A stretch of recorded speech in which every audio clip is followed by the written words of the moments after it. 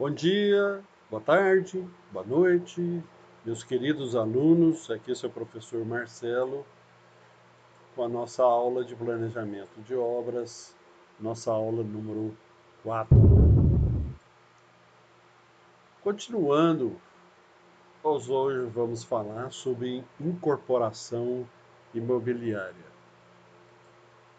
O que é incorporação imobiliária?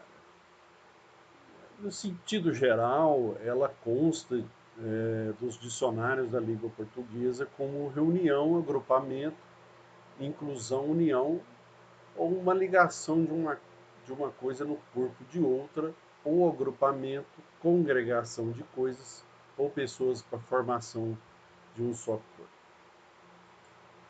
Então, no direito civil aplicável aos imóveis, é o caso de acessão agregada a um terreno, passando-se a construir uma só coisa com a finalidade única. Então, de acordo com essa legislação, ela é regulamentada. A incorporação imobiliária, ou simplesmente incorporação, é uma atividade exercida com o intuito de promover e realizar a construção para a alienação total ou parcial de edificações compostas de unidades autônomas com proprietários múltiplos, na grande maioria dos casos. Portanto, a gente vai observar que a incorporação ela não pode ser estendida como um tipo de projeto, mas sim, conforme pela lei, como uma atividade. Segundo Pereira, a incorporação de um edifício é uma atividade mercantil por natureza. O autor acrescenta ainda que seu promotor constitui uma empresa comercial imobiliária. E assim, gente, nos campos de negócio imobiliário, a expressão incorporação imobiliária, ela tem um significado como atividade de mobilização de fatores de produção ou de construção, vamos dizer, a fim de construir e vender, antes ou durante a construção. Unidades imobiliárias e edificações coletivas, por exemplo, que nós podemos denominar condomínios, tudo mediante procedimentos estabelecidos por leis gerais e específicas em vigência no país. Então, gente, se eu tenho uma incorporação imobiliária, o meu contratante quer que eu realize uma construção de um condomínio. Esse condomínio vai ter um projeto. Esse projeto vai ter prazos e custos, o que já foi falado anteriormente. E essa construção vai ter procedimentos específicos por leis gerais e leis específicas referente ao Brasil. Em relação à alienação das unidades, ela pode ser parcial ou total, mas pelo menos uma unidade deve ser alienada antes ou durante o período das atividades de construção, para que o empreendimento se caracterize como incorporação imobiliária. Se você está construindo ou vai construir o seu condomínio ou uma edificação vertical, através da incorporação imobiliária, todos aqueles apartamentos são oferecidos para clientes, ao público em geral, né? E existem contratos e negociações. Exceções daqueles que são todos eles em contrato, enquanto que não terminar a obra, eles são alienados. Então, algumas situações que ocorrem na prática da engenharia, dos negócios imobiliários, eles podem ocasionar certa dúvida ou até confundir o perfeito entendimento do conceito de incorporação. Então vamos falar quais são os mais comuns dessas situações, né? Quando o edifício é inteiro construído por uma pessoa ou empresa, proprietária ou para terceiro, e as vendas são efetuadas somente após a conclusão das obras, não se tem a tipificação de incorporação imobiliária, mas simplesmente compra e venda de imóvel ou imóveis prontos. Significa o quê, gente? Se eu, uma pessoa idônea, tá certo? De, de CPF física, constrói uma edificação e vendo apartamento por apartamento, tá certo? Tá tipificado que não é incorporação imobiliária, mas simplesmente eu vou eu vou comprar ou vender um imóvel já só depois que eles estão prontos.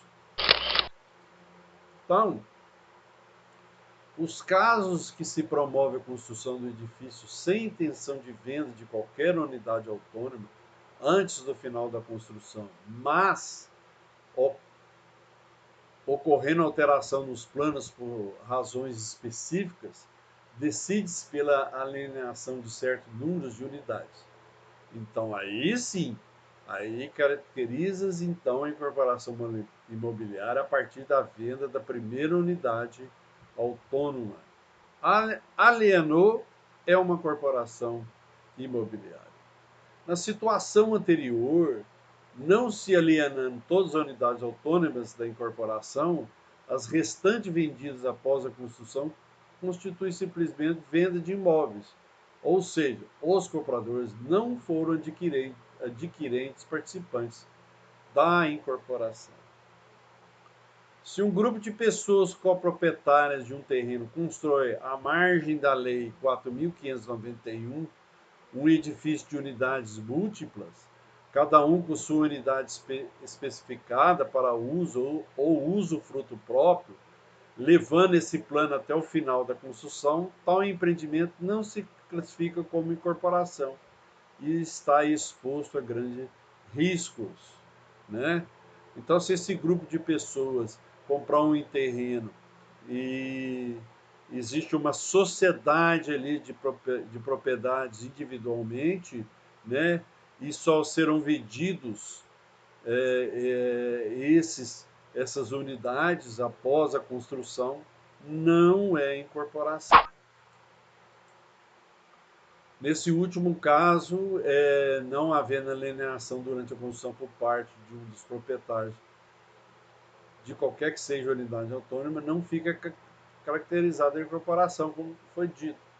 A incorporação é obrigatoriamente constituída de agentes mínimos tais como o incorporador e os adquirentes. O incorporador, por exemplo, em geral, é o proprietário do terreno, que também pode ser o construtor, se habilitado. E ele pode vender aos adquirentes as frações do terreno para construção e entrega futura das unidades autônomas. Como se pode depreender, a incorporação imobiliária também é popularmente conhecida como negócio de venda de imóveis na planta, no qual se presume haver o objetivo primordial de obtenção de lucro, sendo, pois, uma atividade mercantil, né? Vou dar um exemplo de incorporação imobiliária aqui em Mato Grosso do Sul, bastante conhecida, que é a Plaenge. Além dela ser uma propriamente dita uma construtora, ela é uma incorporadora. Então, gente, o projeto a ser concretizado na modalidade de incorporação imobiliária pode assumir formas e portes diversos, como a construção de apenas de um ou vários edifícios verticalizados, ou conjuntos de construções térreas ou assobradadas.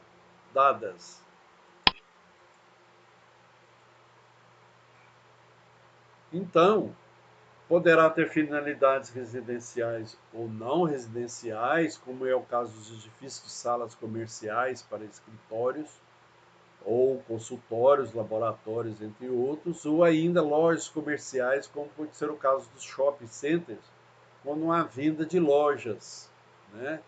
Essa incorporação ela sempre compreende no mínimo um edifício com mais de uma unidade autônoma, podendo, como já mencionado, abranger grupos de edifícios. De fato, nem sempre é possível levantar a um só tempo os recursos financeiros para a totalidade das construções, assim como o mercado consumidor pode também se encontrar em momento de não absorver o grande número das unidades imobiliárias, além do promotor da incorporação nem sempre ter disponibilidade suficiente de recursos humanos satisfatoriamente adequados para as funções gerenciais e administrativas. Por isso que se alienia os imóveis de corporações, lojas, assim por diante, para captar um certo valor para terminar a construção, né? A regulamentação de caráter legal e técnico das incorporações são constituídas das leis e normas a seguir, onde que a gente vai se falar, e onde a primeira é a fundamental e as demais são complementares da primeira. Todas essas leis aí que vocês podem observar, né? Elas regulamentação de caráter legal, né? A NBR 12721, em atendimento ao prescrito da lei de 64, referente à primeira lei em cima, provê tratamento aos aspectos técnicos das incorporações imobiliárias, né? Então, gente, saímos da incorporação imobiliárias e agora vamos falar saímos de uma privada e vamos falar de obras públicas e dentro das obras públicas, licitações. É muito importante é, falar desse tópico, porque essas obras públicas, cujo contratante é um órgão do poder público, que pode ser a nível federal, estadual, municipal ou do Distrito Federal. Essas obras públicas, elas poderão ter execução direta. O próprio órgão público pode executar, ou indiretamente, que é contratação de terceiros. Como se trata de ação de interesse da população, de onde são provenientes os recursos financeiros a serem empregados, as contratações somente podem ser feitas através do processo de licitação, né? Pode ser de licitação.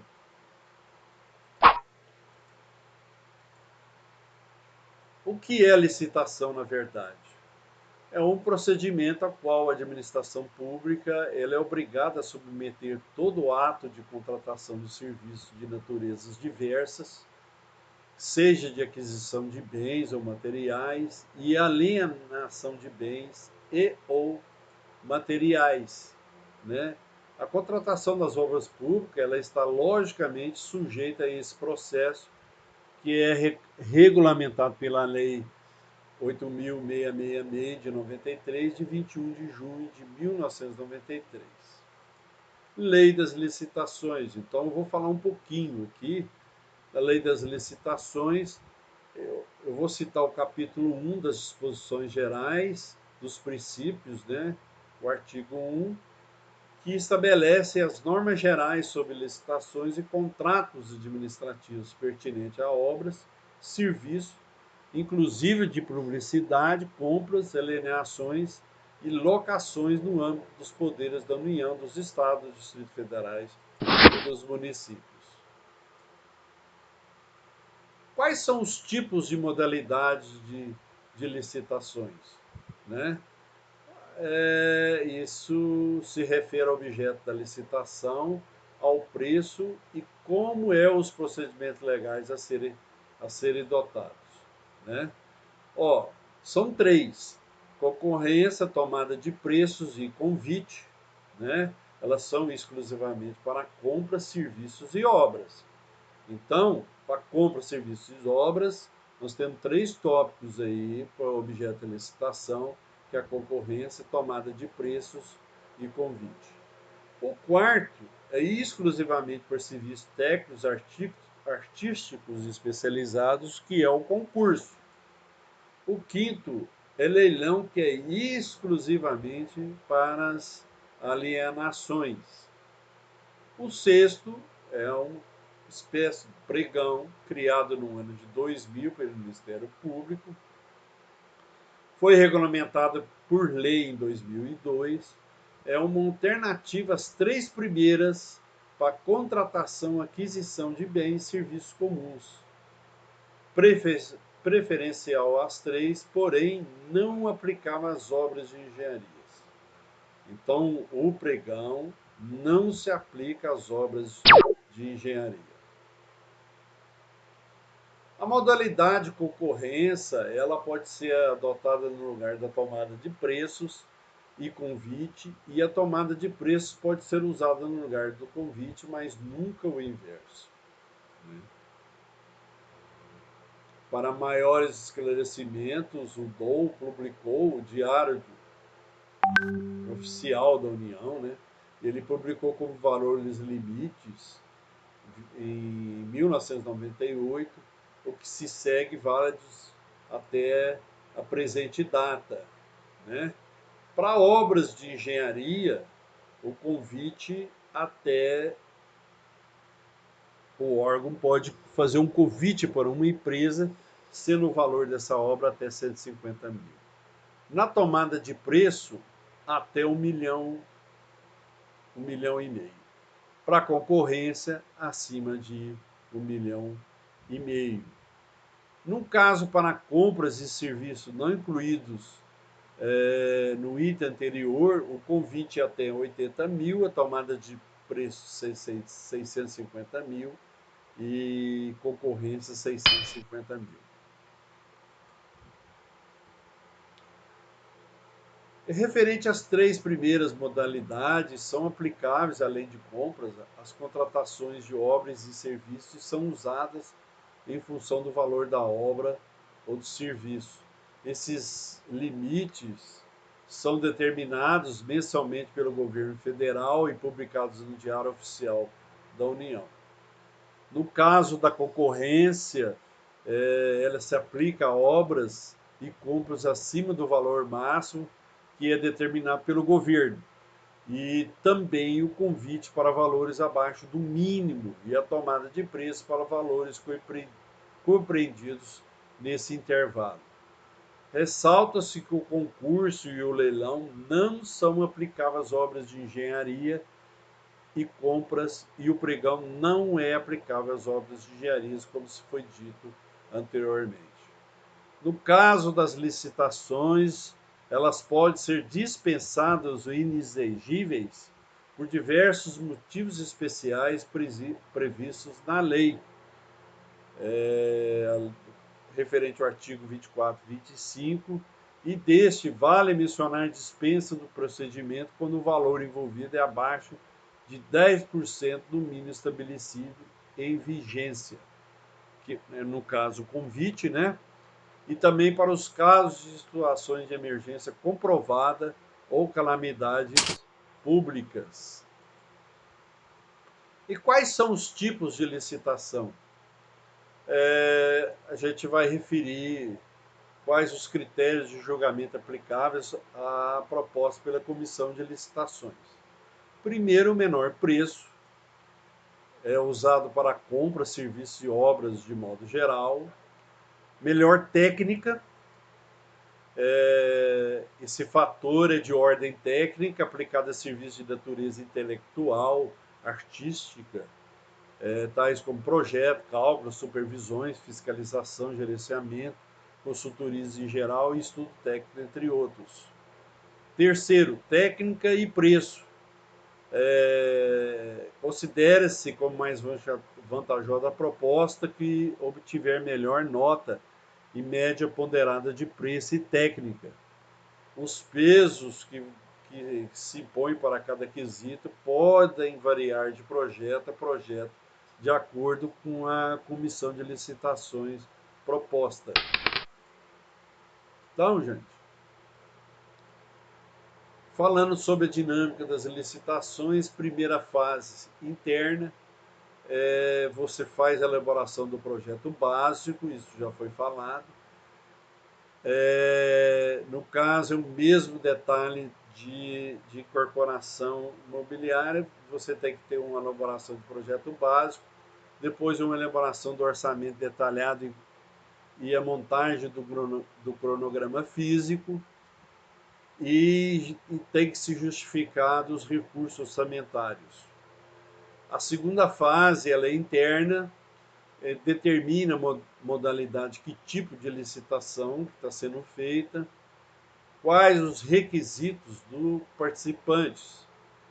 Esses requisitos, ele tem que ter a habilitação jurídica, técnica, econômica, financeira e também regularidade fiscal.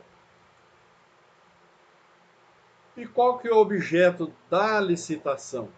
Né?